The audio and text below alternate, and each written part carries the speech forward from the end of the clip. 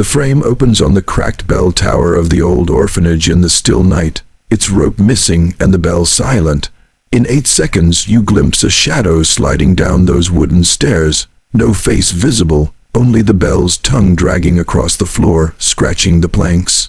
Something in that sound, low, metallic, hollow, whispers of a secret never meant for daylight. The camera holds the empty rope loop, swaying. The orphanage stands abandoned now, just as the town refuses to speak of what happened here in 1897. Beneath the moonlight you see the cradle ghost, print on the dusty floor, its faint outline shimmering. A woman's distant sob echoes, but no woman appears. The institution's facade remains the whitewashed brick, the cross above the door, the windows dark and sealed. But inside, the silence is thick, like a wound that won't heal. Years ago, children vanished from this house, young boys, girls fading into the fog of rumor. The caretakers said they ran away. The townsfolk said they found new homes. The church said it was God's will. But in hushed tones, someone remembers the bell's midnight toll that no one pulled, the scratching at locked doors, the orphan's lullaby heard in the attic. Something walked those halls when the candles died. Something that carried a key and a ledger. The ledger recorded names that were scratched out, then rewritten. The ledger recorded payments not for the children, but for something else. The ledger recorded the shifting of shadows into the town's governance, the church council, the orphanage board. A corruption ancient as the foundation beams, and tonight we descend past the locked gates, into the memory no one wants to recall.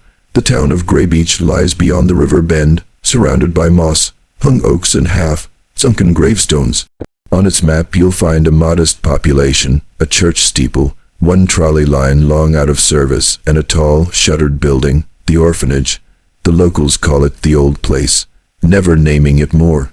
They walk past it, eyes averted, like you would a broken mirror. The town's history is tidy, mills, rail stops, the usual story, but beneath that veneer lies a fault line. In the winter of 1896-97, the orphanage took in children whose parents had died in the influenza wave. That part is recorded. What isn't is that the numbers kept growing, and the orphanage books show payments from strangers. Strange names in ledger columns labeled repossession. The board members were also church deacons, the town councilmen. No independent oversight. It felt like the institution existed outside the town, but within its power. The night air in Graybeech smells of peat, damp wood, and decay. When the wind blows through the old orphanage windows, you hear the hiss of long, dead laughter. Children's footprints in the dust that vanish halfway. A rusted swing in the yard moves in the breeze, though no one pushes it. Behind the orphanage lies the swamp, thick with black water and reeds. It hides what the town refuses to dig up. At midnight, the bell tower's rope beaches the floor, clanging once and then nothing, though no one touched it. It is in that moment that the town councils met in candlelight and sealed their pact. We don't talk, we don't ask. Because if you ask, the orphanage, the church, the board, they all control what you learn, and fear is their instrument. On April 15, 1897, 10 children under 12 disappeared within a week. One Monday, a boy named Thomas Cooper left the dinner hall for the restroom and never returned. Then on Wednesday, the girl Mary, Lou crying out in the dorm, and then silence. The caretakers said they walked away. The police said no signs of foul play. And the town breathed relief until the ledger showed another line, 10 payment complete. And the next month, ledger entry, replaced. The children's names were quietly struck and replaced with new ones.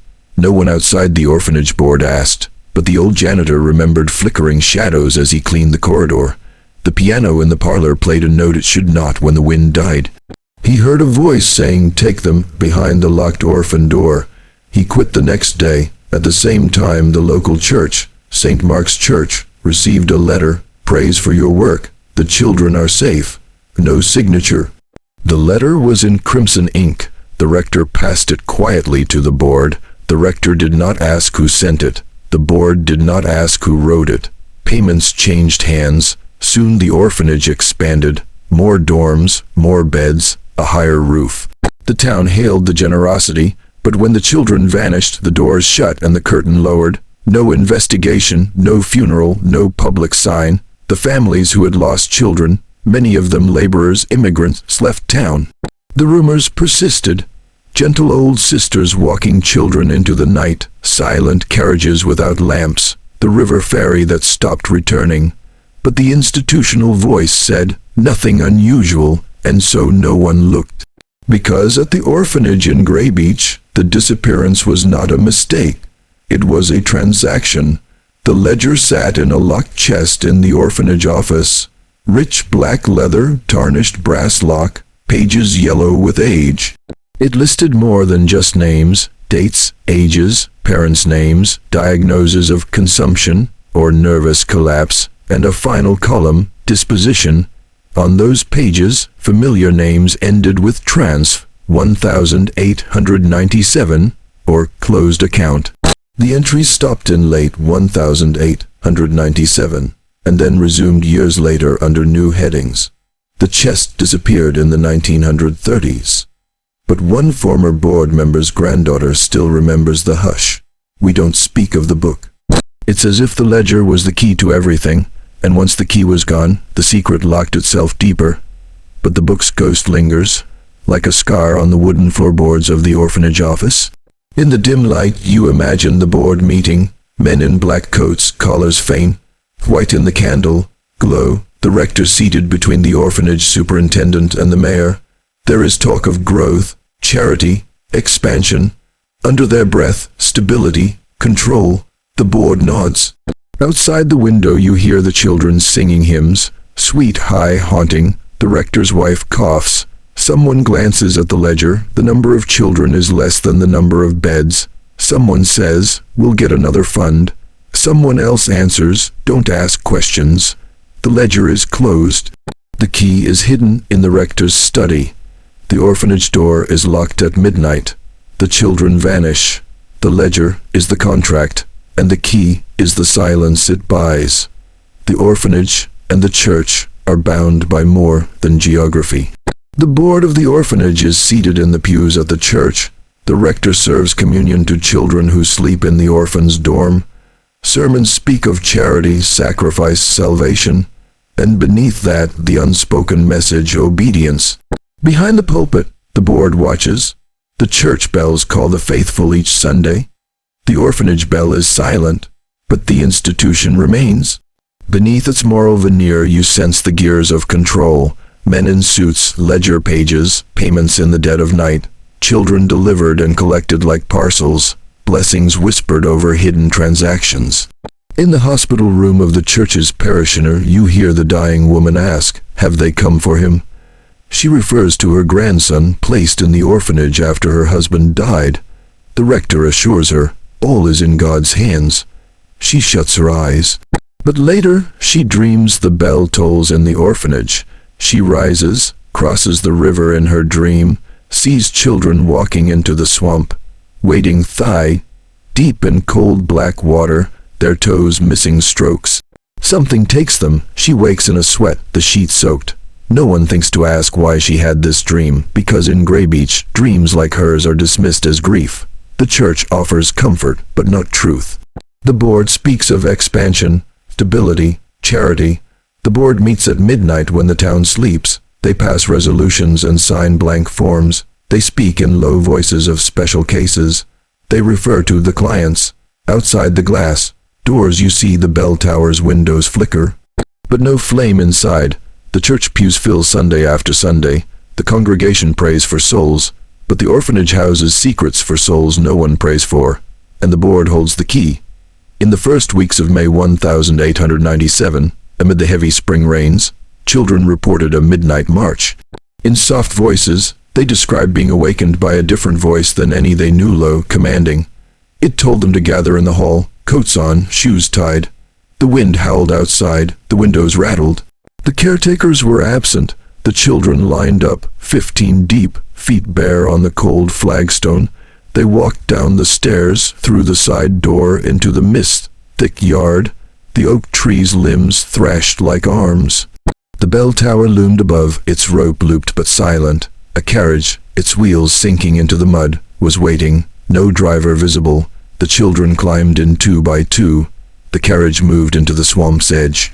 All that was heard, the creak of the wheels, the children's whispers, and the bell's tongue dragging yet again across floorboards. By morning, the dorms were empty, the blankets folded, the shoes gone. The janitor found only a chalk outline of footprints leading into the reeds, then nothing. The bell stood silent. The board declared a simple transfer. Children relocated to new homes in the city. No receipts, no public records. The church celebrated. The town applauded the orphanage's growth. No one asked. The rector preached of God's mysterious ways. The janitor left, his hair grayed overnight. In his sleep, he heard the children's lullaby in the swamp. Something had taken them. The carriage vanished. The yard returned to emptiness. The orphanage resumed its daily routine as though nothing changed. But something changed. The ledger crackled with new entries, blank names, closed accounts, hidden funds. The midnight march became a rumor. The bell continued scratching its rope. The swamp swallowed the tracks. Months later, during renovations in 1922, a worker discovered a hidden room behind the boiler room wall. A heavy door, rusted hinges, sealed for decades. Inside, a small chamber, no windows, only a single gas jet fixture dangling from the ceiling. On the wall, stains, dark, smeared, as if children once pressed their palms there in fear. A ledger sheet pinned, names crossed out, ages, dates April 1897, May 1897, with the word delivered scrawled next to them. Beneath lay a crate of small locks, each stamped property of orphanage. On the floor, footprints in dust bare, tiny, heading toward a door that led into the crawl space under the orphanage. The worker shut the door, handed the key to the superintendent quietly. No public mention. The building plans never showed that room. The church archive holds one memo. Room closed per board directive, non-essential staff only. The building inspector signed off. Lighting the chamber, the worker noticed the smell. Damp paper, old wax, cold stone. He heard dripping water somewhere deep. The further you leaned, the more you heard children crying, though no microphone picked it up, not in the recordings later. The key to the room was never found in the public file. The board's minutes show simply, housekeeping space consolidated. But the room remained locked. The orphanage continued operations. The children singing in the chapel, the bell silent overhead. The town moved on. Yet the room held the laughter that turned to sobs, the footprints, the ledger, the carriage tracks. The hidden room is the fissure in the wall of memory, and within that fissure lies the truth the institution buried. The swamp behind Graybeech, known locally as Blackwater's Mirror, reflects nothing but darkness. On moonless nights, the surface is still as glass, and if you stare long enough, you think you see shapes beneath the water, arms reaching, tiny faces blurred, the bell, tongue dragging downward into mud. The children vanished there, their footprints ended in reeds, the water accepted them. The town busied itself with railroads and new commerce, distracted, but the swamp kept its vigil. Fishermen heard bells at midnight, distant and metallic. They saw carriage wheels imprinting mud, then vanishing. They caught children's small voices on the fog, but when they reported it, the board and the church said, hallucinations, echoes of the war, illusions in the marsh. No investigation. The town map marks the swamp as protected land. No trespassing. The sign posted is the only public trace, but locals say the sign covers up more than a warning. It hides the truth. One night, a woman followed the carriage track into the reeds, her lantern wobbling. She heard the singing lullaby. She saw the reflection of children walking on the water's surface. She turned, stumbled, lost the lantern. When she looked back, the children were gone, the water smooth. She fled. The next morning, she found the bell rope looped around a tree branch near the water, dragging in the mud. The swamp is the institution's mirror. It reflects what the town won't look at. It is still, it is patient. It holds the bodies of forgotten children and names struck from the ledger. It is a witness to the midnight march, the hidden room, the bell. And it promises, the water remembers. Picture the dormitory at midnight. 2 long rows of iron-framed beds, faded quilts, moonlight creeping through shuttered windows. The orphanage is silent, except for the distant drip of seepage from the roof, the moan of the wind through broken panes, and the faint hum of insects in wall cracks. A child stirs, opens her eyes, sees the bell tower window glowing faintly, though no light inside. She listens, the footboard creaks, a soft tread on the floor. She freezes, the blanket lifts, a cough behind the doorway. She closes her eyes, the blankets tangle. She smells cold metal, damp wool, wood polish, and something colder, something unshed, like regret. The caretaker once said the children slept through everything, but at night they whispered of him, a man in shadows with a ledger in one hand and a rope in the other. He didn't speak, they just felt his presence. In the dormitory's corner, the door to the hidden room creaked open. Some saw it. The worker who found it decades later remembered the dorm. Floor springs squeaked at that time. The clock stopped at 12:07 for no reason. The children awoke, saw the rope dragging across the floor, the bell swinging though no wind. They held each other. The next morning, the bed next to Thomas Cooper's was empty. The institution's message, "You are safe here." Yet the sensation of safety broke in that dormitory. The orphanage defined itself by routine, by the children's prayers at dawn, by the board's oversight. But inside the dorm, the children learned that routine could be violated. And when you learn that lesson young, you never forget. You sense the bells scratch, the hidden ledger, the shadows behind the door. The orphanage stillness becomes a kind of pressure. You wait. The whisper comes, "Your name is next." Late at night, near the end of his life, the old rector of St. Mark's Church sat in his study, books piled around him, the ledger of the orphanage open on his desk. He placed his hand on the old page dated April 1897. 10 names, a single note, closed transferred. His hand trembled. He had spent decades officiating baptisms, funerals, sermons about love and redemption. But here, behind his own framed degrees and religious creed, he carried the secret. He prayed soundlessly. The crucifix on the wall cast a long shadow across the ledger. He whispered, "Forgive me." The room was dark, the only light a dying lamp whose flame sputtered in the draught from the wall behind him. The hidden room's wall. He heard footsteps not his own. The children's lullaby rose once more, soft. He closed his eyes. When he opened them, the ledger was gone, the bed empty, his heart pounding. He placed the confession in an envelope, locked it in his safe, told no one. Years later, the confession envelope was found among his effects after his death.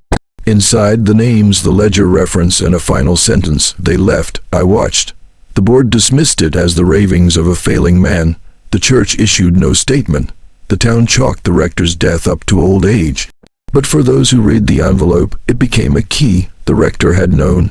He had sat in that study, looked at the names, and refused to act. The institutional control of church and orphanage had silenced him. His guilt became a piece of the hidden architecture, and the orphanage continued. Decades passed. The orphanage closed in 1963. The town changed trains, highways built around the swamp. But at night, children from Graybeech's succeeding generations swear they hear the orphanage's laughter, feel small footsteps overhead, see the empty swing move in the yard, smell chalk dust, and the metallic taste of fear. The institution dissolved, but the trauma remained. Families moved away, houses sold, but the shadow remained in the attic of every house built near the swamp.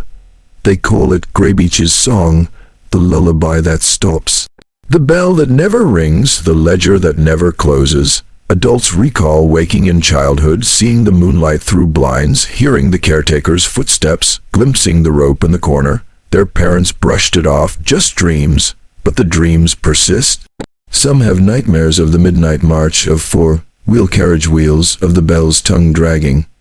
In therapy, the psychologist calls it unresolved institutional trauma. But in Graybeech, they call it the orphanage. The children carry the story in their bodies, cold shivers, throat tight at the phrase, the old place. Eyes drawn to the swamp. They don't know why, but they know the dread. The town still holds its annual Founders' Day parade. Beneath the flags and floats, the old churn of guilt runs deep. The council seats include descendants of board members and church deacons. They smile politely, shake hands, greet strangers. But among them are the names buried in the ledger. The children's echo wins through the crowd. You hear it if you listen between the brass bands. The institutional silence is louder than the bells, and the trauma of the children reaches forward, unbidden. In 2010, a young historian from a distant university arrived in Graybeech. She was researching lost orphanages and came across a reference to the ledger in the county archive, Orphanage Transfers 1897. She knocked on the church door and asked questions. Some locals walked away, others stared. The rector's records were sealed, the board records inaccessible, but the hidden room still existed behind cracked plaster at the orphanage building, now a community center. She pried open the sealed door, found the footprints, the ledger. She'd pinned to the wall the crates of locks stamped property of orphanage, and took photographs. The smell of the room hit her, cold stone, stale wax, something like iron. She heard a low hum, like children joking and then stopping. She froze, the door slammed, no one touched it. She left with her binder of photos, knowing she had found something bigger than orphanage history. She had found a sealed conspiracy. She published an article, the town council dismissed it, the church stated it was scholarly speculation. The orphanage board was defunct, but the building's new function remained, a hall for weddings and meetings. Underneath its floor the echo still resides, the scholar's discovery reopened wounds. People who had never known the full story now felt a chill. Children of board members remembered the janitor leaving suddenly. Families who had moved in took notice of the room's lock. They found no explanation. The town's veneer of order cracked. Institutional control reared its head. Who would fund the story? Who would guard the narrative? The scholar found the key, but in Graybeech the key's power lies in remaining hidden.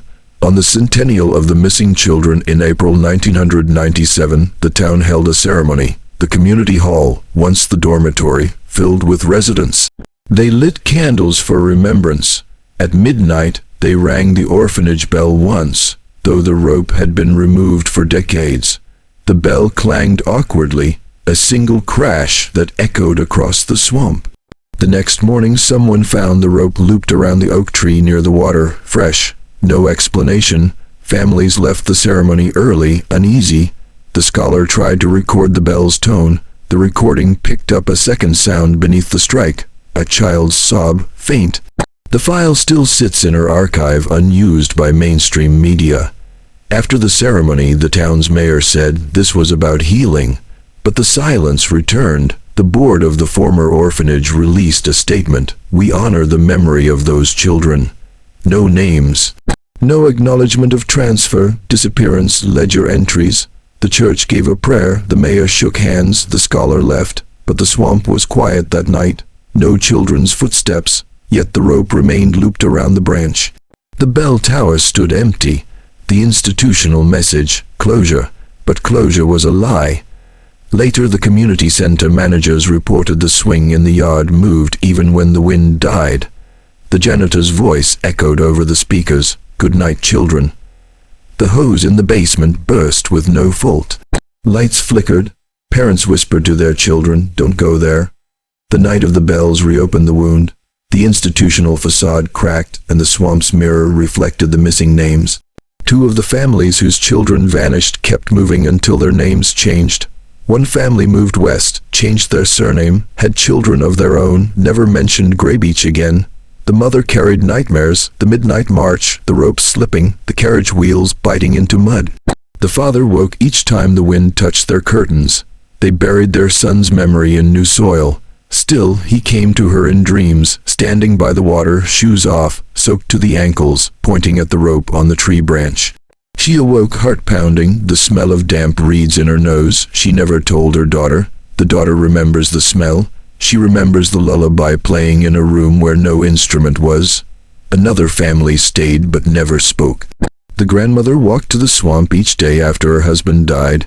She let the water flow through her fingers. On one trip, she found the bell rope lying in the reeds. She recognized the knot. She returned home and sat on the porch, silent. The children of that family refused to go inside the orphanage building when it became a meeting hall. They stood across the street, eyes wide, whispering of footsteps on the roof. The town hears the stories but calls them folklore. The institutional narrative denies. The deep sorrow of families is dismissed as grief. But grief becomes a living presence in Graybeech, flickering beneath the surface. And the town's stillness is the weight of the unspoken. The orphanage was founded in 1878, just after the railroad reached Graybeech. It was built as a philanthropic gesture, a sanctuary for lost children. The church board welcomed it. The town cheered. But that philanthropy was the mask for something else. Expansion of institutional control under the guise of charity. The board, churchmen, lawyers, businessmen saw the orphanage as a way to shape the town's future. Young bodies molded and disciplined, shaped in their image. Silence was part of the curriculum. Do not ask, do not stray, do not question. The orphanage bell stayed silent by design. The board minutes revealed talk of special placements, fund accounts, expansion of dormitory capacity. The needle on the ledger moved. Children came and went. The bell tower became ornament. The guns didn't speak. The ledger spoke quietly. In the church sermons you hear mentions of obedience and suffering, of bearing your burden, thanking God for benefits. But you don't hear about disappearances. You don't hear about the hidden room or the corridor's whisper. The institutional architecture took the orphanage and folded it into the church's dominion. The board controlled the ledger.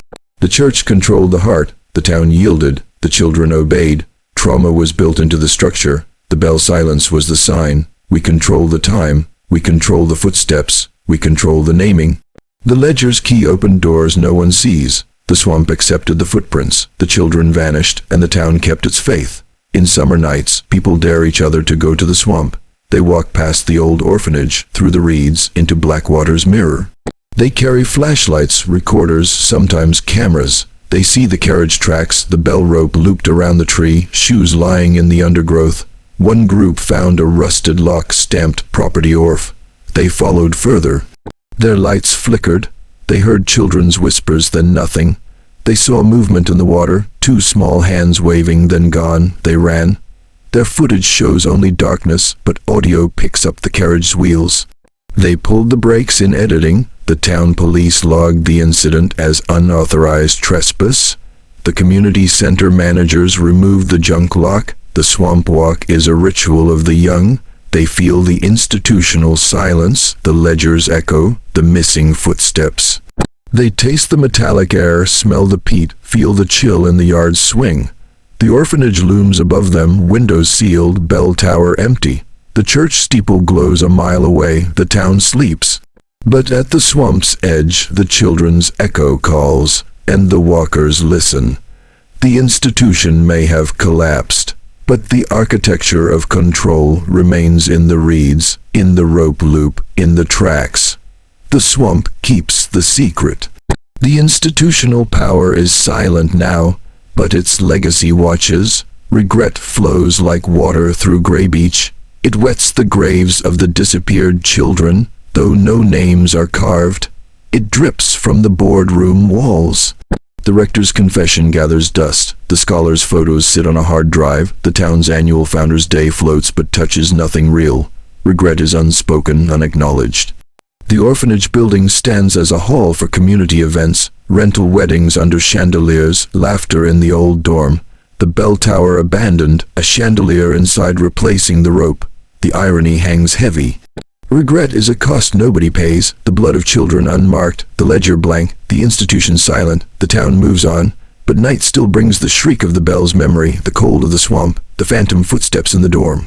The institutional architecture erases itself while the trauma incarnates. Regret, though, is patient. It lingers in the body of the town, in the kink of the rope, in the sigh of the hidden room. The lake of unspoken guilt still ripples. And if you stand near the edge, you feel it licking your ankles. The greatest power of the orphanage was not the bell silence or the ledger. It was the silence of the town. Everyone knew something. Nobody spoke. The children vanished. The church blessed. The board nodded. The families left. The ledger closed. The institutional control didn't need guns. It needed compliance. When you control the story, you control the silence. The orphanage still stands like a monument to unasked questions. The church still holds Sunday service. The town council meets, but the legacy of silence echoes louder than hymns. In classrooms, students learn local history, the railroad, the mills, the orphanage founding date. They don't learn the hidden room, they don't learn the ledger, they don't learn the midnight march. The town archive is tidy, cleaned, printed. The scholar's article is filed in special collections. The local newspaper mentions historic orphanage with a sanitized photo. The swamp is outside the curriculum. The town's tourist map skirts it. Yet at dusk the bell tower silhouette stabs the sky. The legacy of silence is a deeper architecture than stone. It is memory bending away from itself. In 2025, the scholar returns to Graybeech with her footage, her photos, her interview notes. She stands in the still yard of the former orphanage, now community center. The old bell tower looms above. She holds up her recorder. The yard is empty. She asks aloud who took them. The wind answers by tugging at her coat. She walks to the swing and pushes it gently. It moves. The building creaks. She presses her phone to the door of the hidden room. No sound of unlocking. She places her hand on the door. Cold metal rust. She whispers, "The ledger is here." She hears a clock stop somewhere. The rope looped around the tree branch near the swamp shivers. The air smells of peat and old paper. She records. The bell tongue drags across floorboards, a recorded echo, but no one is inside. She feels a breath on her shoulder. She turns. Nothing. The town officials ignore her questionnaires. The church issues a statement about vague, baseless claims. The board doesn't respond, but the children who grew up with the nightmares message her, "We knew you'd come back." In the darkness, the scholar watches the swamp. She sees small lights, children's lanterns moving across the water. She sees two small hands wave, then gone. She records the echo of the children's lullaby on the wind. The confrontation is not violent. It's a quiet reckoning. The institution stands firm, but the truth presses. It scratches the ledger's ghost. The bell still waits. And so we end where we began, with the rope looped in moonlight, the bell tongue dragging across empty floorboards, the children's echo rising in the reed. Thin wind. The institution remains, the orphanage building, the church, the town council, all still wearing their facade. The ledger lost, the hidden room sealed, the swamp still waters. The truth is buried in the mud and the memory of those who left. But the trauma persists like a phantom chord in a symphony no one hears. The reckoning hasn't come. The ledger may never be found. The children's names may never be restored. The institution holds its silence as its shield. Yet there is one thing. The water remembers, the bell remembers, the town remembers. And when the wind passes through the reeds, you might hear the children's lullaby, or the carriage wheels in mud, or the bell's rope dragging again on the orphanage floor. It is a sound that says, "We were here, you did not see us." And you are compelled to listen. The secret remains. The institutional control fades. The trauma becomes testimony. And in your quiet, watching the rope loop in the moonlight, you feel the weight of what was hidden. The reckoning may never come, but the memory endures. The silence no longer hides everything.